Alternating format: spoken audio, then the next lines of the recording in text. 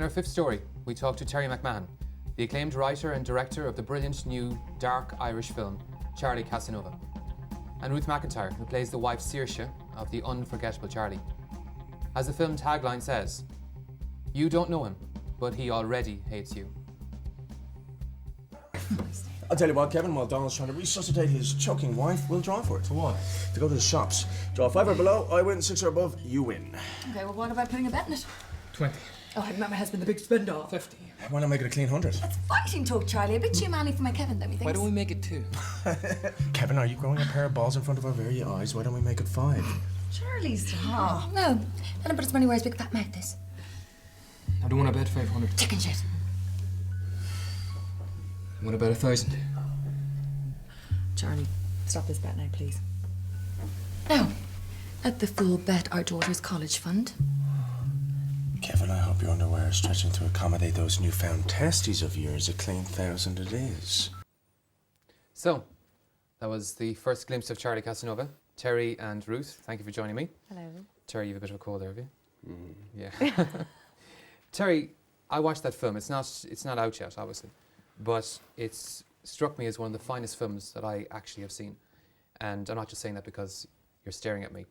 The fact is that the portrayal of that Celtic Tiger cub, Charlie Barnum, is so powerful. And what happens to him in the course of a weekend at a Midlands hotel, or 2 weekends at a Midlands hotel, and his wife and his friends, is a very powerful, perhaps you said earlier, dark commentary on ourselves, I suppose, and how we behaved through the Celtic Tiger years, and obviously perhaps since then as well. The performance of Emmett Scanlon in particular in the central role was Oscar winning, if it could be.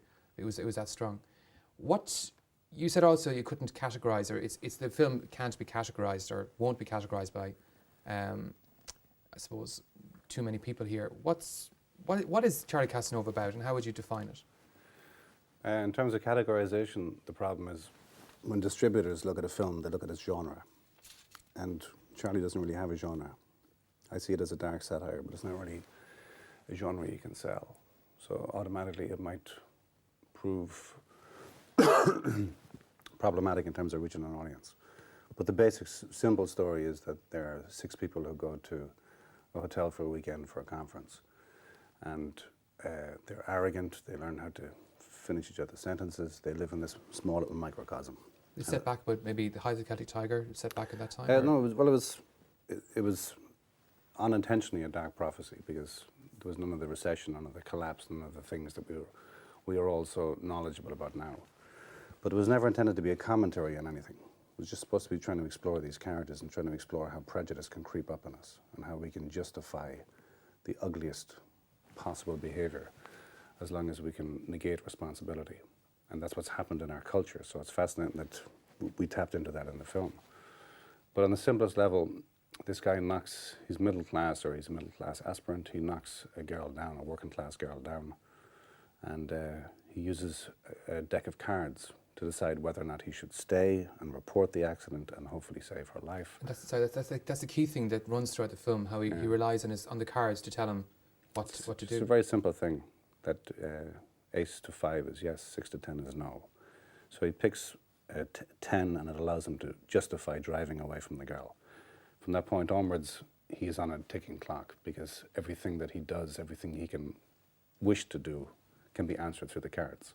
But of course, as soon as you pose the question in a way that satisfies you, you can justify all kinds of behaviour. So it's how he tries to negate full responsibility and blame effectively the entire working class for what has happened to him and his friends.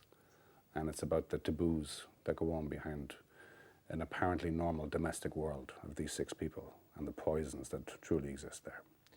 What kind of drove you to make this film? What was the intention when you started writing it in the first place? You said it wasn't meant to be a commentary or a prophecy. It's funny, there's 2 things. I remember, I think it's the Annabelle nightclub. There was a kid who was killed there, and he was killed by 5 or 6 middle-class kids, or upper-class kids. And it was a fight, it was violence, it was all those things that can happen in any context. But what made this different was how all these kids' fathers, with the exception of one, were able to wield extraordinary power and remove their children from culpability. And the one guy who didn't have a powerful father was hung out to dry. Now, the kid who was killed, that's a dreadful tragedy. Let's not even discuss that in any context other than tragedy. But what I found most interesting was the idea of culpability being removed if you have power. And then a very similar time frame, there was a fella in Grafton Street, again, a working class kid, worked as a porter in the library. And again, the way that it was described in the media, 2 tennis players from Sutton beat the shit out of him, beat him to within an inch of his life. And when it came to court, again, the powerful sway of their fathers allowed this guy to be essentially bought off. Apparently now he has major problems on multiple levels, but he's forgotten. And I was always fascinated by the idea that we exist in a 2-tier system. It's not necessarily even class, it's just those who have power and those who don't. And how, since the recession has happened in this country, we have attacked the poor, the vulnerable, the working class. We've demonized them and set them up as the fall guys. And I was obsessed with finding a way to explore that idea of what a man will do to convince himself that he's okay, as long as everyone else is feeling the pain. And I think now it's become a greater zeitgeist issue in our own culture. And just getting because interestingly, the character of Charlie, who represents, but also you have, I bring Ruth in here, you have the other characters who are as complicit in the behaviour, because it's not just Charlie on his own. Everyone, to some greater or lesser extent, is complicit, I said, with Charlie in those that you may think may actually know that he covered up, for example, the knocking down the woman. But interesting, the other characters, and Ruth, you played Saoirse, Charlie's wife. That's right. I think we actually have a clip of you. It's towards the latter end of the film, and he has, I suppose, done, not to give the game away, but he's done quite a bit to this point, and you can actually see he's quite beaten up. So we might go to that clip now, have a look. Great. Work out, super fit, fully fed, masters of the universe, and what do? We bend over for these bad, dying, thieving, gypsy, working class lowlifes and let them fuck us. You have to stop talking like this. Many a true word has been said in jest, many a truth teller has been accused of bigotry. I'm working No, class, you're Charlie, not. and your parents were born in Coolock. But my parents were blind and I could see. Would you claim I was blind? Middle class is a state of mind, not a place of birth. Surely money taught you that. You sure as shit spend enough of it. Put the red number on, I got you, will you? How can you have an erection at this time? Effect you have on me, baby. You and me against the world, baby. Abbott and Costello. I'm pregnant, Charlie. Did my wife just crack a funny? Yeah, tricked you into getting me pregnant. How's that for comedy?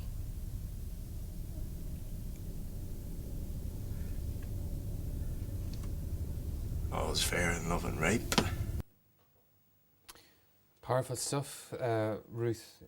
That was interesting because obviously you had a lot of things happening there. There's obviously the very fact that you know this guy, or do you know? I mean, that's the question. Do you know this Charlie? I mean, what you said, you set up there yourself. You were working class, but you have been elevated, if you like, to a better life. I mean, a good life. You obviously you have money. Is there some sense that you've, I suppose, abdicated your, I suppose, connection to your working class roots and allow Charlie to do what Charlie does? Yeah, I mean, to some degree, Saoirse enjoys the privileges she gets from Charlie being successful and having money. But she really does love Charlie as well. And he excites her. Clearly not in the bedroom, as you'll find out in the movie, but he does really excite her. She gets a lot from him too. What is it that she gets from him? I mean, this guy, as we talked about, as in the film, is in many respects somebody who, at first glance, you would hate. I mean, he's. We'll see a short clip of him coming up about what he actually thinks of working class people. But not just that. I mean, he's very cold. He's almost psychopathic in his actions. What is it about him that excites? This is at a point where Charlie is going through his demise. The relationship with Saoirse has been through so much excitement, a lot of great times and money and flamboyance. He's very charismatic. Very charismatic. His energy, he just oozes masculinity. And all of these things are a huge draw for Saoirse. I fell in love with Emmett filming this film. So, you know, you can't escape it. There is a draw to it. There is a greed that every person has as well. And until you can't have what you want, you will just continue to want and want and want and take and take and take until it gets to a point where you're stopped. Saoirse's no different. When I read this script, I looked at Saoirse and I actually rang Terry and I said, Saoirse's the normal one. You know, when you read the script, and everybody says that when they look at it, Saoirse's the normal one. But, I mean... But do you think, I mean, but you were the support to Charlie. I mean, this is the thing, and again, absolutely, there is a balance there. But going back to the friends that we mentioned before, it's quite a number of them, that without this circle of friends that he had around him, he wouldn't be able to be himself. He wouldn't be able to be the person. So, I mean, it's all very well denigrating a character like Charlie, and as I get to it, in fact, as it goes on, I found myself actually, in the very beginning, being very turned off by him. And then there's a certain part of you that wants to absolutely, be like and I him, felt though. that actually I became, I think it's the phrase, shoulder to shoulder with him. I actually found myself agreeing with him and almost liking him, and then being repulsed by myself for actually liking what it was that. So that's, it's been a very clever way of portraying something. He says the things that you actually believe, and then realise you get sucked into this very apparent creature who's very cold and calculating, and to be honest with you, as it turns out, you wouldn't feel safe for turning your back on him. Who abdicates his own responsibility through a deck of cards, or chooses to, I suppose, abdicate responsibility that way. It's just, I find myself that without Saoirse or other people around him, he wouldn't have been the character perhaps that he ended up to be, would he? I don't know. I mean, some people have those thoughts. And yes, some people are excited by Charlie and the character that he is, because maybe somewhere along the line you do have those thoughts. But it's the step to actually take that action and do it. That's something completely different. Does she know Charlie has... She's worried. She's concerned that, I mean, we're not giving away that she's pregnant there. But, you know, she knows there's something wrong. And like a lot of women, you feel that in some way you can fix it. And in some way a child may help. You can change the man, is it? Not change the man, but fix the problem. It's not that you want to change the person, but you know there's something not quite right, but you don't want to give up on it. So maybe a child will help. I mean, how many women do you know that think that that's the way forward? Personally speaking, no, I don't.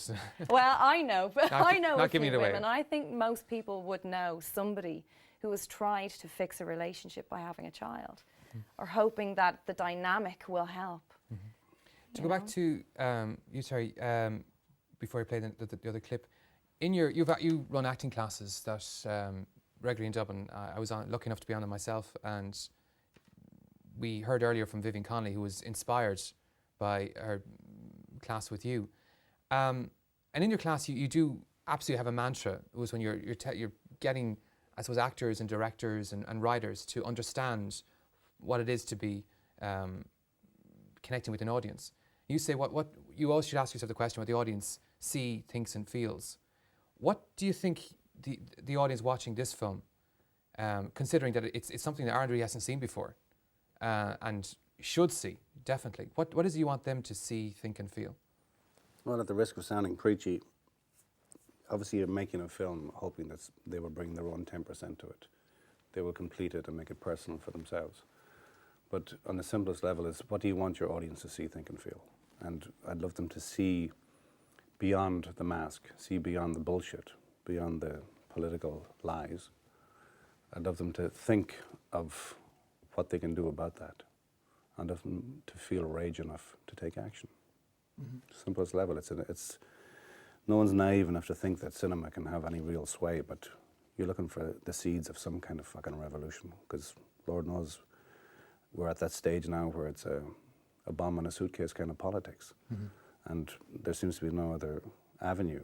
So you're looking to agitate, at least, a desire for self-awareness, and that individual awareness becomes collective.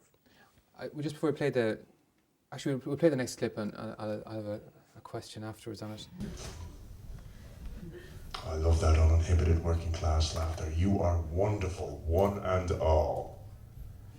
Everybody wants to be working class these days, a badge of honor, but what is it with you and tracksuits Clothes designed for healthy living, worn by the unhealthiest members of society. Only time you come first is the rest of the top of the welfare queue. Look at that. The self-appointed moral leaders booing. Now don't you be defending them, they are well able to look after themselves, aren't you girls? I mean, we all know the jokes. How do you know when a working class chick has an orgasm, she drops her chips? Why do young working class men grow moustaches to look more like their mothers? But I love the working class, I really do. That for me was perhaps one of the standout moments in the film. Do you find the hypocrisy that passes for discourse in this country, and I suppose gender is limited to that, but especially in this country, of people not honestly saying what they really think, and that we have this platitude said, for example, said regularly that we love the working class, as it was said here, and yet these same people would be speaking out the other side of their mouths the direct opposite, and that brilliantly captures that sense of I said hypocrisy. I mean, I can't remember who said it, but an Irishman has the ability to hold two contradictory thoughts in his head at the same time. You could even argue he's able to speak out both sides of his mouth at the same time. I remember once I mentioned earlier, I acted in a play in Galway, The Tinker's Blade, which was about essentially the 12 Angry Men film and play was based on. And I played the role of a very racist, anti-traveller publican. And play went down very well and all that. And afterwards, one of the nights, one of the early nights, we were in the bar afterwards, and a lot of, well done, well done. And I was at the bar, and this guy who came in saying, well done, very worthy play, looked at the real issues and, all that sort of thing. And he came up to the counter, and I'd said some most terrible vitriol. I'd said things, and unrepentant all the way through. To the very end, I was anti-traveller. I called them animals and scum and all this. And he slid up to the bar to me, and under his breath, because he knew it wasn't something he could say in public, he actually said, "You're dead fucking right, though." Do you think people would actually watch this film, depending obviously on how wide an audience it can get and it should get, would actually say that very same thing? They'd find themselves saying, yeah, but he's dead fucking right. You hope so. Because the only way you can understand prejudice is to empathise with it. It's very, very easy to sit here and say racism is wrong and do fuck all about it. It's very easy to sit here and say the class divide doesn't exist or does exist and do fuck all about it. But if you're allowed to initially reject something and then slowly, incrementally start to empathise with it, then you become culpable. So his line there is, I love the working class. They are the backbone of a spineless society. And just that idea. We seem to have two responses to the working class in Ireland. A deeply patronising one, for example, television. I worked in Fair City for years. I've written over 100 episodes of it. And Fair City is a working class soap opera. Yet there's not a single character living in a corporation block of flats. Every working class character in it is scum, is a thief or murderer or rapist or a tracksuit wearing lowlife. And this is supposed to be somehow a balanced view of the working class in Dublin, when in fact it's clearly a deeply prejudiced middle class view. So right across the board we have people like Roddy Doyle, who I think is a fabulous writer. But even Roddy Doyle, when he's writing about the working class, they are obscenely one-dimensional stereotypes. Whereas if you look at somewhere like England, they can take the class divide and draw on rich, complex, fully developed characters. So our two responses are either the working class are to be romanticised. They're a wonderful bunch of people and aren't we lucky to have them, which is an absolute fallacy. There are many pricks in the working class as there are in the upper class, as many. So let's be under no illusions about that. But to take the idea that you feel a prejudice. You walk down the street, you pass by a bunch of guys in tracksuits. They're 16, 17 years of age. It's nighttime. There's 5 or 6 of them at the end of the road that you're walking on. You tell me you're not instantly responding in a way that has been preconditioned and bordering on prejudice. Of course you are, because you're not a fucking idiot. Now you walk up to those guys, I don't think it's a local Mensa members meeting. I think in reality, these guys are there for a reason. The actuality is the reason they're there is because they have fuck all else to go to, nowhere else to go. And on a much deeper level, they are being robbed of their birthright, they are being robbed of their right to access housing, of their right to access employment, access any kind of aspirational development. They're being robbed of that on a much more fundamental level. But we never discuss that, we never talk about that. So we either have guys in tracksuits who are comedians or guys in tracksuits who are thugs. Whereas the middle class, they're just guys in suits. And we can dehumanize them in the same way. They can get away with everything because we allow them. For example, even on the simplest level, during the Celtic Tiger, as they call it, that ridiculous term, Celtic Tiger, meaningless term. But they talk about how suddenly we became obsessed with greed in this culture. How in this culture, everybody suddenly wanted 3 houses. And they use that as an example of greed, or everybody wanted a new car every year. These are realms of access that the upper class had and have had for decades.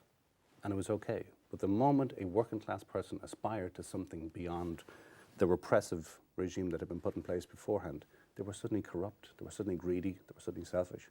And now these same people are being accused of robbing the system. A very system that could only operate because of the black economy that they fulfilled the requirements for. So on the simplest level, you're hoping that you watch a film and be confused in a deeply profound way, rather than being told what to see, think and feel in some one-dimensional way. Massively so. We celebrate working class people who've achieved things. We celebrate them because they're an anomaly, not because what they've done is extraordinary. We pet them, we patronise them like the mentally retarded. And do you think that the governments and successive governments, in order to keep them quiet, because in order not to have riots and not to have their view, we'll say them, from their point of view, that they ensure then, for example, that there's enough, just about enough to keep them occupied? Yeah. Like make sure they have TVs they can, watch. And for us all, anyone who wants to agitate, is that because to bring back to the point, why is there no revolution? Why is there no? It's a fantastic question. The fact is that yes, they anaesthetise us, but on the more fundamental level, in the past 10 years, for example, on a simple level, I hate drawing on personal experience in this context, but I had to bring my daughter to Mountjoy Prison each night for a week because her mother was breastfeeding her, and the reason her mother was in prison was because she was standing on a picket line out in Finglas, demonstrating against the bin charges. Now, the reason they were demonstrating, and these were all working class people with no priors on any level whatsoever. They were standing there because they realized that they had to protect their own children, because these charges that were brought in were inequitable. The moment you say to a rich person, I need €100 a month off you, it's meaningless. You say it to someone who's impoverished, it's profound. So they brought that in. And they were trying to say that we have to stop the precedent that is being set here, because this precedent is dangerous. Immediately, Mary Harney came on and said, this is wrong. This is fundamentally wrong. These people have to be stopped. Within 3 days, the government had secured, and by the way, the police were sent out to arrest these people. Since when did the police become a private police force for the government? I thought they were there to protect the people. But they were sent, they were taken in. Within 3 days, a high court date was secured. Now, if you or I want to secure a high court date, it can take years. The government wants to secure it, it takes 3 fucking days.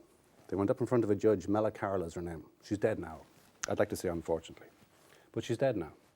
She stood there and she sat there and she made these people stand up one by one, individually, and apologize directly to her, to look her in the face and apologize to her for the temerity to even consider questioning a judgment that had been laid down by her. The people who refused to accept that were sent to jail there and then, that day. Now, on a simple level, that was an attempt at a revolutionary step. Nobody thought it was going to change the world, but nobody thought for a second that there was going to be such an immediate clampdown. And that's what's happened here. So on any level, you have 2 choices, and this is back to bomb in a suitcase politics. You're in that position where you think, where does the revolution begin? It doesn't begin in a bar over a few drinks. It doesn't begin in the frustration of home. The best way to anesthetize us is to, for example, we are enslaved by the banks now, and we are enslaved for generations to come. This is not an opinion, it's a fact. That realm of engagement has suppressed maybe 3 generations, which is profoundly ingenious work on the government's part. Like I can't tell you how much I respect the ingenuity of their disgustingness. And yet, how is it going to change? It's not going to change unless something profound happens. And sadly, precedent has taught us time and again, especially in this culture, that the only response that it has any real meaning seems to be the response to violence, which is heartbreaking because we seem to be inevitably going on that course. And the working class are going to do what any suppressed class are going to do. They're going to turn on their own first, then they're going to turn on those a little bit higher than them. But before that, they're going to turn on those lower than them. So we have people now in this country who came from foreign cultures who are going to be repeatedly beaten and so on and so forth. The inevitability of that is horrific, but it's true. So the working class, or the notion of the impoverished, because there's no working class anymore, there's no middle class anymore. There are those in power and those who haven't. And how those in power manipulate those who haven't is the next future of this country. Racism is going to explode. Every kind of economic refusal to be impoverished, which is going to lead to everything, is going to be rife. And those in power are going to be protected right across the board. That's a sad inevitability. So the revolution will not be televised. Just to finish, I suppose, Ruth, for you, what changed for you in doing this film? I mean, you said earlier on, you're telling me that this, when you read the script, it profoundly affected you. What, in doing this and even perhaps watching the film afterwards, what has changed for you? That's a big, big question. What has changed? It's asking yourself questions about who you are, about what you accept, about your own greed, you know, questioning yourself. And as Terry made the example of prejudice, that we're not born with a blank. We don't get up in the morning with a blank slate. We all have these thoughts and feelings, and prejudice is built into us, and it's a matter of understanding that they're there. In my own family, my parents worked exceptionally hard in order to pay for us to have really good education. They most certainly weren't from middle class, and I suppose I became, I feel like Saoirse, because. But as Terry was saying, it's not necessarily a bad thing. Middle class, working class, even the names themselves are patronising. I mean, to call someone working class who's not working is a patronising thing, but no one will change it because it's patronising, which I find that in itself. But even the idea of describing yourself as greedy, because looking at your own greed. That's the way you feel about yourself. But this is the problem. That feeling is inculcated by a repressive system. Since when is it greedy to want a better life? Since when is it greedy to want more than one lover? It's not always. Since when is it greedy? It's not always a bad thing to have greed. It depends on what Well, it's the label. I think what Terry's saying, I think it's the label of people saying now, if anyone, for example, those people call up with a mortgage on a second property, they were greedy. You know, in some ways they had it coming to them. When, as Terry made the point, that people have been buying properties for many years and built up property banks, and yet they're business people or they're developers. Yeah. Whereas an ordinary person does it, and then I'm talking later about it, is the fact that they end up then unable to support the second property, whatever, and then somehow they're greedy for wanting a better life for themselves. Terry, what has the reaction been to the film? It's still in post-production at the moment. It's been incredible. I don't want to say, you don't want to say that either, because you sound like you're selling something. All I was hoping was that the film would affect on a level that might have some meaning beyond its script. On the script level, the Irish Film Board read it and they hated it. Now, in their defence, they have been incredibly generous to me on multiple levels. They've put money behind several scripts of mine. At one stage, I had 3 scripts about to go into production, and they put 250,000 behind each of them. No, 750,000 behind each of them. So you're talking about $2.25 million they put on the table to get these films made, and they never got made. So every so often, I was a writer for years, and I had a healthy living at it. But I kept on writing scripts for other people. They would pay me handsomely. I would write it. They would make adjustments to it. I would write the next draft. They'd be thrilled with it, and then you're waiting for it to happen. It never happens. So script after script was greenlit, and then turned to amber, and then turned to shit. And nothing happened. Suddenly you're going, why am I doing this? And you go from that full journey of writing your first screenplay and having no idea if anyone is going to give a damn about it. And I had been homeless for a couple of years, and I was suddenly in a position where I thought, can I write a screenplay? And I never finished education, never did the Leaving Cert or any of that kind of stuff. And you have all this baggage that you carry with you that makes you wonder, do you have the capacity to even write anything that anyone gives a fuck about? So eventually you write your first screenplay, and then suddenly I got commissioned to write other screenplays, and a lot of magical things happened, and I worked with great people, and everything was exciting for a while, until suddenly you realize nothing is ever going to get made. And I'd written 100 episodes of Fair City, which is, we all do things terrible, but you find yourself in a position where you go, why did you get involved in this in the first place? So the first screenplay I ever wrote was a screenplay called The Dance Hall Bitch. And I wrote that not for anybody. I wrote it just from your heart and your balls and your soul and your hope that somehow it's the kind of cinema you'd love to see yourself. And to go all the way past 12 or 13 commissions for other people. I was commissioned to write in America, commissioned in London, Germany, the whole lot. I'd won awards in America, everything. But suddenly you go, this is vacuous. I'm doing this for money. And I love money, so don't get me wrong with that. But I'm doing this for money, and there's nothing else happening out of it. So I sat down and went, what kind of fucking script do I want to write? And that's where Charlie Casanova was born. And that was where you went, let's get back to that core, elemental, visceral, confusing rage that makes you want to fucking do something that your grandkids might watch when you're long dead and go, I have a sense of who this man used to be. And also that your grandkids might watch and go, he wasn't a total fucking asshole. You said to me earlier on that the difficulty with the film is how it's hard to categorise, and in Ireland especially, Irish films don't do well in Ireland, full stop. It's because most of them are shit. True, but but even say a film like this one, you're saying that it's so many good films, and to be honest, this is easily, and not being patronising, easily one of the best films, the best Irish film I've seen certainly, and one of the best films I've ever seen. And I do actually see a good few films, so it's not even said from a small selection. But you're saying that there's films in the States, for example, that you mentioned before, it was Stuart Townsend, I think, for example, who had a fantastic film with a budget of something like $26 million. A fantastic film, Battle in Seattle, which didn't get even to DVD. Well, this is what's bizarre. I don't know what the actual figure was. I said 26 million because I think it's somewhere around that. But Stuart Townsend was the Irish actor who I thought was a pretty dodgy actor. But he made this film called Battle in Seattle. And I was asked to watch it as part of the jury for the IFTAs. And I went, okay, I'll watch it, prepared to be bored. I put it on, and 2 hours later I went, fuck me, I've just seen the debut of a profound talent, extraordinarily, brilliantly directed film. And he wrote it as well. And Charlize Theron was in it, Woody Harrelson was in it, Ray Liotta was in it. Extraordinary cast. And an extraordinary film, a really remarkable film. It got 10 minutes standing ovation in Toronto? Apparently so, yeah. Because I checked it out afterwards. It didn't even get an IFTA nomination as Best Screenplay or Best Film or Best Director because nobody had watched it. So that, in his own culture, in his own country, nobody gave a fuck. And what's the, I suppose, prognosis for Charlie Casanova in that regard? Well, this is the point, is that his film has never even released onto DVD or never got a cinema release. This is a remarkable film with a heavyweight Hollywood cast. So whilst it's very generous of you to, and I don't doubt your sincerity about how good you think the film is, the reality of distribution, which is meticulously controlled anyway, is that it's not defined by genre. So already you're losing half your audience.